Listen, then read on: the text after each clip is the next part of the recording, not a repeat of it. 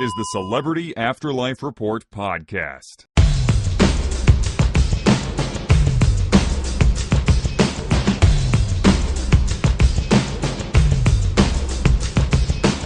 Hello, friends. Welcome to yet another edition of the Celebrity Afterlife Report. You just can't kill this thing. The only show on the internet that brings you the up-to-the-minute gossip about all your favorite deceased celebs. I'm your host, the Celebrity Medium. I know I say this kind of thing a lot, but on this week's report, I have one of the odder stories we featured in some time. It's actually an update to a story we've been following for several weeks now. So I've dangled that metaphorical worm in front of you, so I suppose I should just kind of reel you in.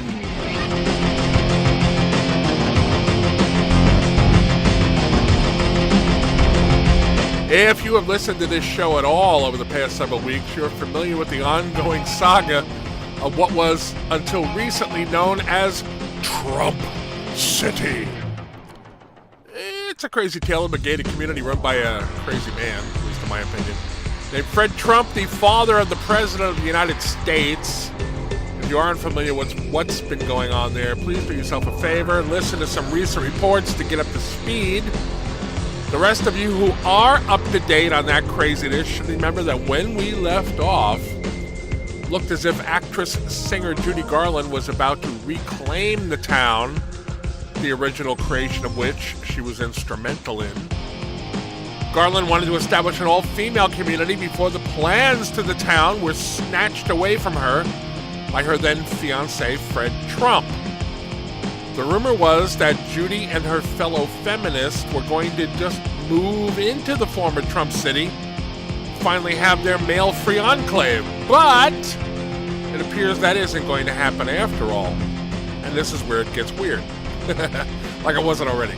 Steve Jobs, former CEO of Apple, has taken physical possession of the town. Steve, along with a number of his next-world employees, arrived at the main gate of Trump City a few days ago in the middle of the night. Just moved in. They all selected houses that were unoccupied and just took them over. Jobs himself took over the former residence of Fred Trump. Now, on the earthly plane, as you may know, Steve Jobs was well known for the rigid security he imposed on any projects Apple was working on.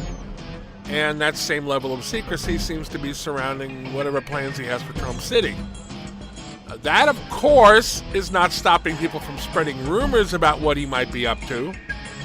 According to my Afterlife sources, the most persistent rumor is that Jobs is in a partnership with Walt Disney to turn the town into what Disney originally wanted Epcot to be. You may or may not know that Epcot is an abbreviation for Experimental Prototype Community of Tomorrow. See, the original plans called for Epcot, the one in Florida, to be a domed town of about 20,000 hand-picked residents. That would be kind of a futuristic utopia, at least as, Disney envisioned one. So the rumor now is that Jobs and Disney plan to turn Trump City into what Walt originally wanted, what became a theme park after he died, to be. So no matter what happens from this point on, this is going to be a really interesting story.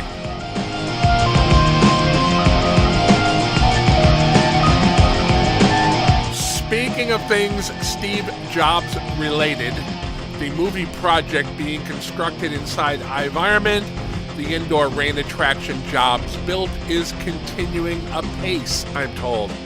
And where else in 2017 would you hear the word apace being used? As I told you last week, the very large mountain set being built out of a gel-like material has been changed to a giant replica of the Sphinx, constructed out of that same wiggly stuff. I asked one of my next-world sources who works in iVironment to try to get a peek at the set so he could describe it to me. But I'm told by him, however, that Salvador Dali, the designer of the Neo-Sphinx, has ordered that the figure be covered by a black tarp.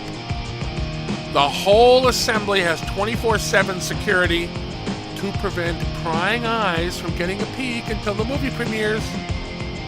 One of the guards did tell my source that Mr. Dali has insisted that no one connected with the project divulge any details about it to anyone who isn't involved with its creation. Which sucks because, unfortunately for my purposes, everybody seems to be abiding by Dali's order, which means I can't tell you anything other than that the Sphinx is apparently under construction and that going by the height of the scaffolding under the tarp, it really is going to be about 150 feet tall when it's completed. But I promise you more details if and when I am able to get them.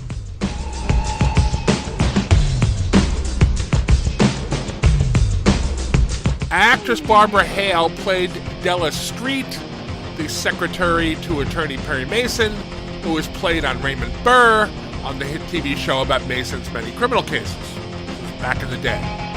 It was a huge hit when it aired on network and also in syndication after the network run ended. For example, the show ran at noon 5 days a week on a Portland, Oregon TV station for over 40 years. It rains a lot there. They have to stay inside and amuse themselves. Several weeks back, I told you about Hale's arrival in the afterlife when she was greeted by Burr, who invited her to live on the island he shares with his significant other. Hale accepted the offer and has been residing there since.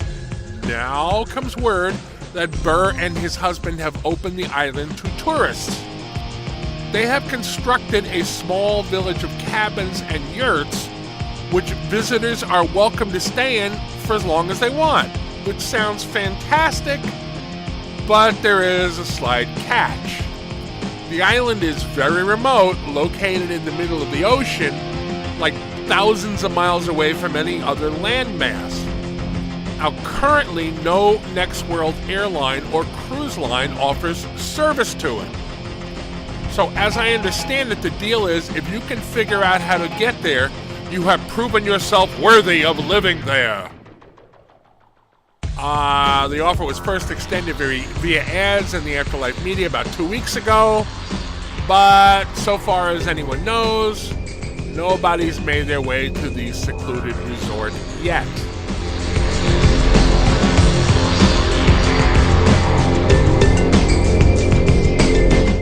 A few months back, Alan Thicke, who starred on TV's Growing Pains from 1985 to 1992, arrived in the Next World.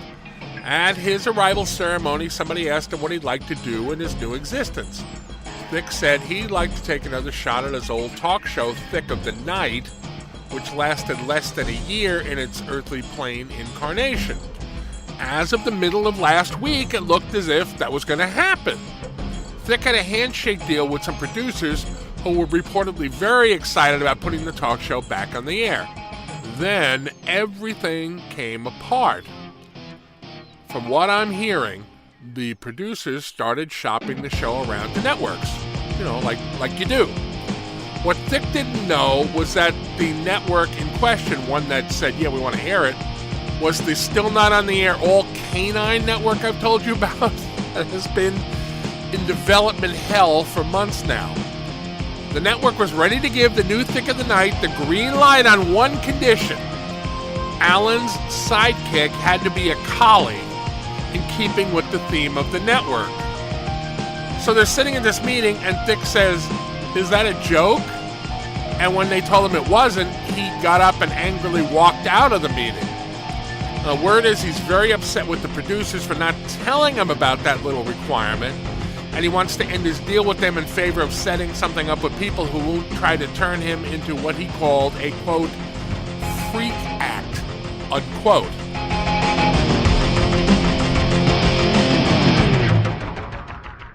Okay, that's what I have for you at the moment. Please come back next week when I'll have more up-to-the-minute gossip about all your favorite deceased celebs. Let your friends know the report is available for free on iTunes, in the Google Play Store, and on K-Chung Radio AM 1630 in Los Angeles. If you're watching this on YouTube, please like it and subscribe to my channel. I am the Celebrity Medium. Thanks for listening.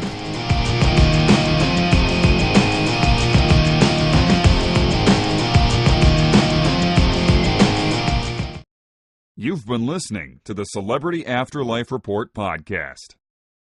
To ask a question about your favorite deceased celebrity, call 818-3-MY-DREAM. 818-3-MY-DREAM. 818-369-3732.